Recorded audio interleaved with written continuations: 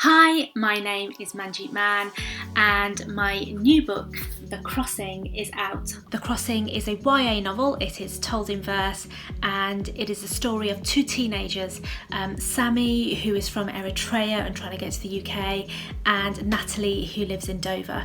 I'd like to share 5 poems that might help young people understand the plight of millions of refugees. So the first poem I'm going to talk about briefly is Home by Warsan Shire. Now, Home is a poem about migration and the traumas and complexities that define it. It explores the forces that drive people to leave their homes and forces that are often deeply misconstrued and misunderstood. And it explores the pain that defines many migrant experiences. And the first couple of stanzas go like this. No one leaves home unless home is the mouth of a shark. You only run for the border when you see the whole city running as well. Your neighbours running faster than you, the boy you went to school with who kissed you dizzy behind the old tin factories holding a gun bigger than his body. You only leave home when home won't let you stay. Now the next one is called We Refugees by Benjamin Zephaniah, and this poem discusses the ease at which someone can be forced to leave their country and the fact that we all came from refugees, and he reflects on the process of becoming a refugee, stating that it can happen to anyone. It is merely a fact of luck. And the last verse goes like this. We can all be refugees. Sometimes it only takes a day. Sometimes it only takes a handshake or a paper that is signed. We all came from refugees. Nobody simply just appeared. Nobody's here without a struggle. Why should we live in fear of the weather or the troubles? We all came from somewhere. Next is Refugees by Brian Bilston. Now this is an example of reverse poetry. Read from the top to the bottom, it has one meaning, and from the bottom to the top, it has the opposite meaning. So this one's really powerful and it really makes you think. And here's an excerpt from the middle of the poem. They are not welcome here. We should make them go back to where they came from.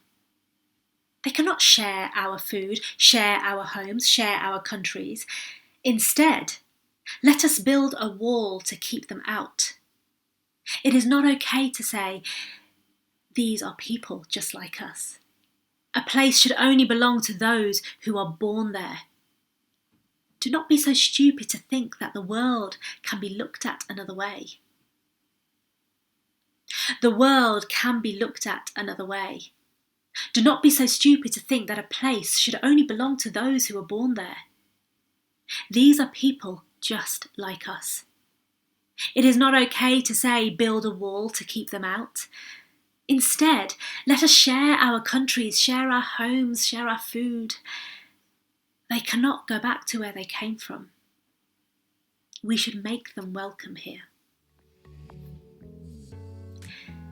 Next is The Day the War Came by Nicola Davies, and she wrote this poem in response to the government's decision not to allow lone refugee children a safe haven in the UK. So here's a little bit from the very beginning of this very powerful poem. The day the war came, there were flowers on the windowsill, and my father sang my baby brother back to sleep. My mother made my breakfast, kissed my nose and walked me to school. That morning, I learned about volcanoes. I sang a song about how tadpoles turn at last to frogs. I made a picture of myself with wings.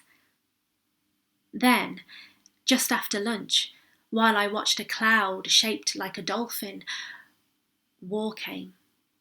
At first, just like a spattering of hail, a voice of thunder. then all smoke and fire and noise that I didn't understand. It came across the playground, it came into my teacher's face, it brought the roof down and turned my town to rubble. I can't say the words that tell you about the blackened hole that had been my home. All I can say is this: war took everything. War took everyone. I was ragged, bloody, and alone. Finally is a poem called Where I Am From. And it is a poem by a Syrian refugee. She's a poet. And she's requested to remain anonymous. She's only 19, and here she speaks about her memories of home and the war.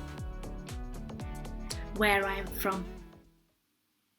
I am from my early memories, from lovely friendships and harsh separation. I am from the 3 days that I spent in the war with deserted streets, from shoes mixed with blood, with music of warplanes, from the dark black nights and the sound of hungry dogs. And the final verse goes like this: I am from the beautiful neighbourhood and the nice people, from my grandma's house and the pomegranate trees. I am from the smell of summer rain and fresh air, birds singing and the wind dancing with the trees. I am from my early memories and a full life of dreams.